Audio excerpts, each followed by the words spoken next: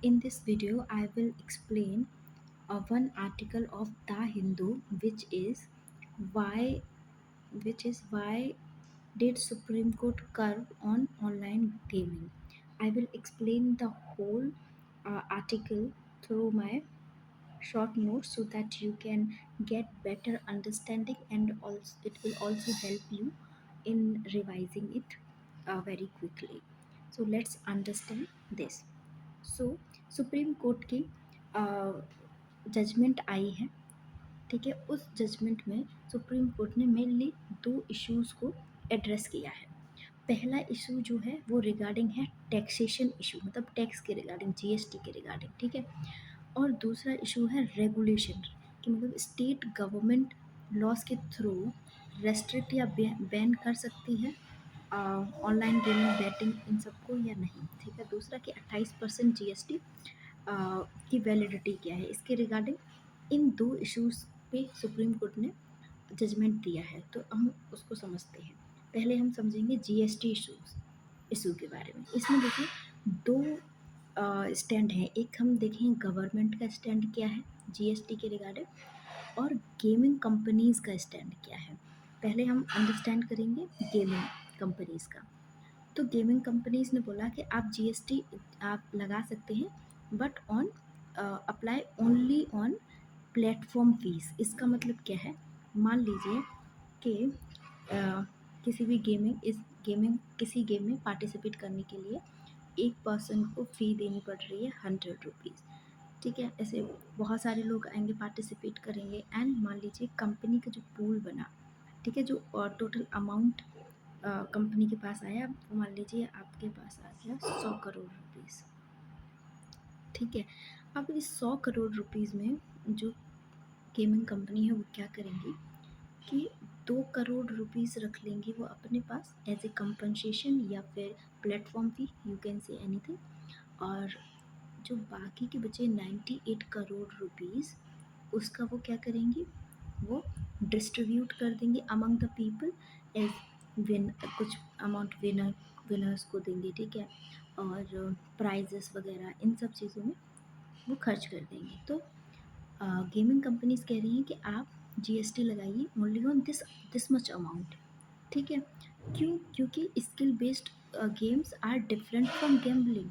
मतलब ये skill based game है, ये गैम्बलिंग से डिफरेंट है। ठीक है, हमें इसमें स्किल्स चाहिए होती हैं। बट गवर्नमेंट क्या कह रही है, गवर्नमेंट कह रही है GST should be levied on full stake amount. Full stake amount का मतलब कि जो भी पूल कम्प्लीटली बन रहा है, जैसे यहाँ पे 100 करोड़ का बना, तो 100 करोड़ पे वो जीएसटी लगाएंगी।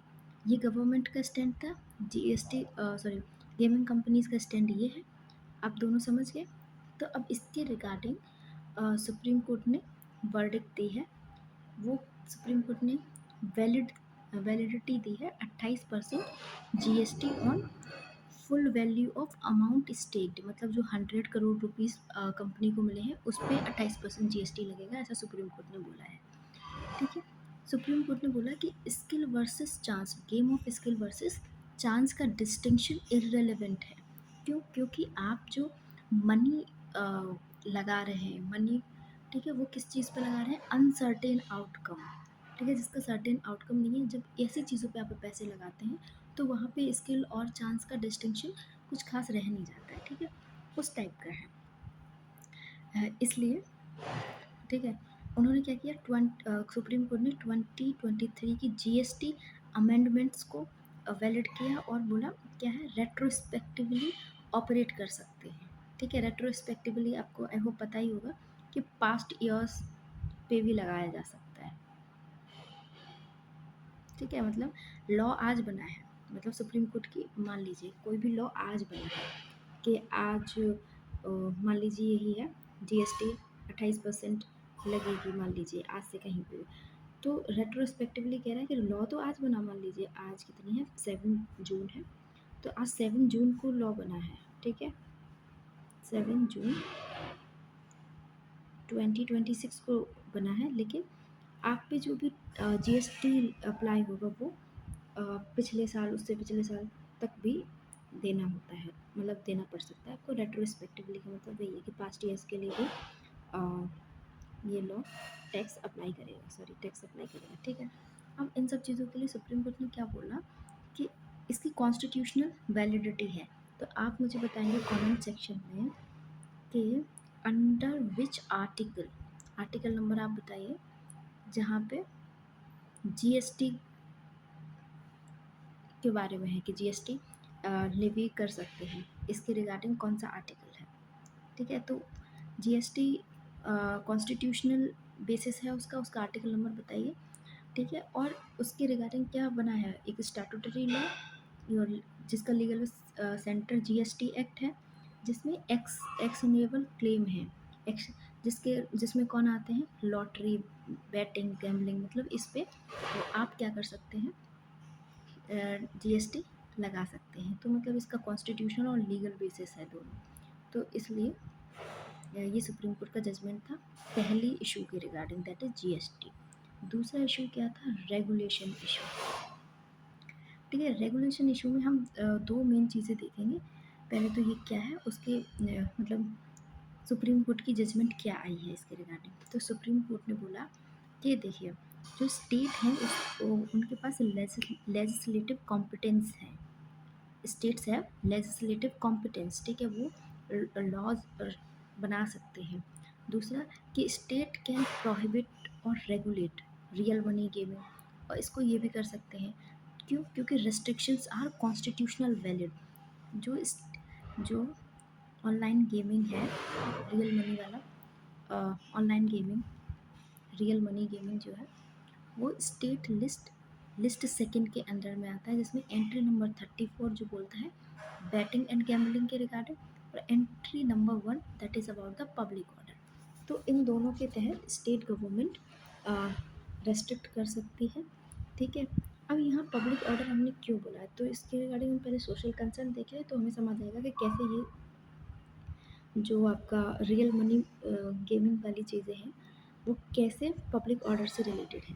देखिए जब गैम्बलिंग क्या होता है, एक एडिक्शन होता है कि लोग एक बार हारेंगे, देन उनके अंदर ग्रीडीनेस होती है कि वो आगे जीत जाएंगे, तो वो फिर से पार्टिसिपेट करते हैं और वो इस लूप में फंस जाते हैं। तो एडिक्शन के कारण क्या होता है, फाइनेंशियल लॉसेस होंगे, काफ़ी ज़्यादा फाइनेंशियल लॉसेस हैं, ठीक है। अब फाइनेंशियल लॉसेस हैं, अब आपको बताइए कि आज टेक्निकल एरा है, हर हर घर घर में आपको फ़ोन्स, स्मार्टफोन्स मिल जाएंगे, डिजिटल पेमेंट बड़ा ही कॉमन है अपने कंट्री में, ठीक है। तो इसके थ्रू क्या है कि जो गैम्बलिंग बहुत ही एक्सेसिबल हो गई है लोगों के लिए।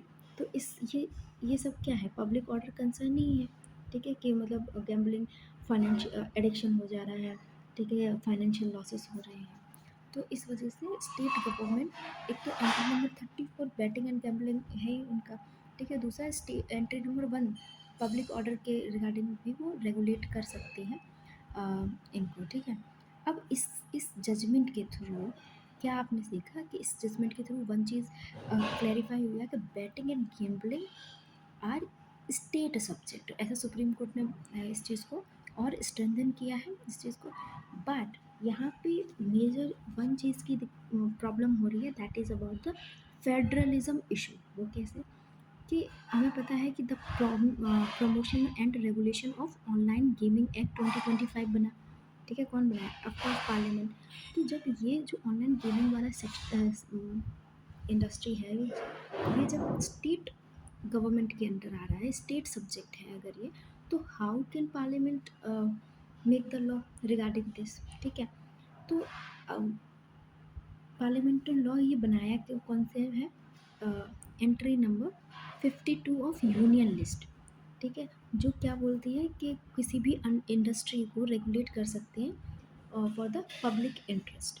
तो यहाँ पे बेसिकली हमने वन चीज़ नोटिस की कि फेडरलिज्म सेंट्रल और स्टेट के पावर के रिगार्डिंग इशू है यहाँ पे, तो फेडरलिज्म इशू आया है। तो ये काफ़ी इम्पोर्टेंट चीज़ लगी कि आपको पढ़ते हुए ये भी समझना है कि कहाँ पे प्रॉब्लम हो रही है।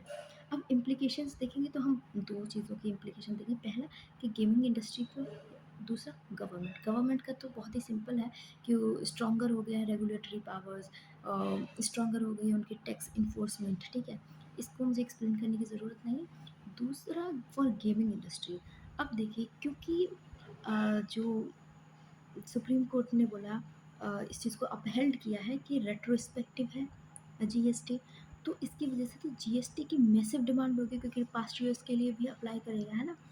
तो उसकी वजह से क्या आएगा, फाइनेंशियल स्ट्रेस आएगा कंपनीज के ऊपर, और फाइनेंशियल स्ट्रेस आएगा तो क्या देखने को मिलेगा, पॉसिबल इंसॉल्वेंसी प्रोसीडिंग। कैसे, मान लीजिए किसी कंपनी को 5,000 करोड़ पे करनी है जीएसटी, क्योंकि आपने, आप पढ़ना, देखो मैं आपको एक्सप्लेन कर दे रही हूँ, then it's your duty to go through the editorial as well, so that you can understand how to write the answers, from where you can you only get the idea of writing good answers, and get the good vocab of English as well, ठीक है। तो आप एक बार मेरे समझाने के बाद आपको बहुत बेटर अंडरस्टैंडिंग आ जाएगी, देन आप एक बार रीड कर लीजिए। तो उसमें एडिटोरियल में मिलेगा आपको कि लैक्स थाउजेंड्स ऑफ करोड़ की डिमांड है मतलब जीएसटी की कंपनीज के रिगार्डिंग ना, उन्हें काफ़ी, क्योंकि वो रेट्रोस्पेक्टिव है ऑफ कोर्स, तो काफ़ी ज़्यादा पे करना ही पड़ेगा उनको, मतलब। तो मान लीजिए अगर किसी कंपनी को 5,000 करोड़ जीएसटी पे करना है, बट उसका एसेट ही मान लीजिए 500 करोड़ का है, ठीक है, उसकी 500 करोड़ का एसेट ही है बस उसके पास, इससे ज़्यादा है ही नहीं, तो इंसॉल्वेंसी आएगी ऑफ कोर्स, ठीक है ना। तो ये सारी चीज़ें होंगी, और तुम्हें क्या है देखने को मिल सकता है क्या, shift towards social gaming. Social gaming, gaming क्या होता है कि जहाँ पे ये बैटिंग गैम्बलिंग टाइप का इन्वॉल्वमेंट नहीं होता है, तो उधर शिफ्ट मिल सकता है, इंसॉल्वेंसी वगैरह, ठीक है। और मे बी कंट्री के बाहर भी लोग शिफ्ट करने की कोशिश करें, तो ये गेमिंग इंडस्ट्री के लिए क्या है, इम्प्लीकेशंस हैं। चलो ठीक है, अब मैंने यहाँ पे देखो, ये हमारा क्योंकि बहुत बड़ा हो गया था ये चीज़, तो इसलिए मैंने मेंस की लाइनें नहीं लिखी, बट हाँ दो चीज़ें, दो वोकैब के लिए मैंने लिखा है। एक तो मैंने इसमें पढ़ा डॉक्ट्रिन के बारे में, दैट इज़ रेस एक्स्ट्रा कमर्शियम। इसका मतलब क्या है कि एक्टिविटीज़ आउटसाइड लेजिटिमेट कॉमर्स, ठीक है। अब क्या है कि हम एक तो आप लोग बताइए मुझे under which article, article number बताइए, कि हमारा फंडामेंटल राइट है ट्रेड एंड कॉमर्स वाला, ठीक है, क्यों हमें कॉन्स्टिट्यूशनल प्रोटेक्शन मिलती है ट्रेड एंड कॉमर्स के लिए, तो वो आर्टिकल नंबर बताइए, ठीक है। तो हमें इतना पता है कि ट्रेड एंड कॉमर्स, जो ऑर्डिनरी ट्रेड कॉमर्स बिजनेस वगैरह है, इसको क्या है, कॉन्स्टिट्यूशनल प्रोटेक्शन है, बट जो रेस एक्स्ट्रा कमर्शियम है, इनको वो सेम कॉन्स्टिट्यूशनल प्रोटेक्शन को एंजॉय नहीं करते हैं। तो वो कौन से हैं, दैट इज़ बेटर गैम्बलिंग, ठीक है। यहाँ से ही आपको समझ में आ रहा है, एक्स्ट्रा कमर्शियम आउटसाइड लेजिटिमेट कॉमर्स, ठीक है, एक्टिविटीज़ आउटसाइड लेजिटिमेट कॉमर्स, ठीक है। तो ये डॉक्ट्रिन है, आप ध्यान रखना। दूसरा वर्ड मैंने देखा ग्रैपलिंग, ग्रैपलिंग मीन्स मतलब स्ट्रगलिंग। तो आपने एक चीज़ नोटिस किया कि इस, हाँ आप एक बार इसके बारे में रीड कर लेना, इट्स वेरी इम्पॉर्टेंट, आप इसके बारे में रीड कर लेना, इस एक्ट के बारे में। तो ये एक्ट बेसिकली क्या कर रहा है, प्रोहिबिट करता है गेमिंग इंडस्ट्री को, तो ये भी इसी अभी अभी आया है, ऊपर से सुप्रीम कोर्ट की ये जजमेंट आ गई, तो क्या है कि कंपनीज जो इंडस्ट्रीज़ हैं वो काफ़ी एक साथ में काफ़ी चीज़ें फेस कर रही हैं, दोनों चीज़ें एक साथ में, तो दैट इज़ वाई वहाँ इसीलिए इसका एक वर्ड मेंशन था, दैट इज़ ग्रैपलिंग, ग्रैपलिंग मतलब स्ट्रगलिंग। आई होप आपको अच्छा लगा होगा editorial, sorry article, and if आपको पसंद आया है so please like subscribe my channel and also share with your friends, and thank you so much for watching. Please like. Bye bye.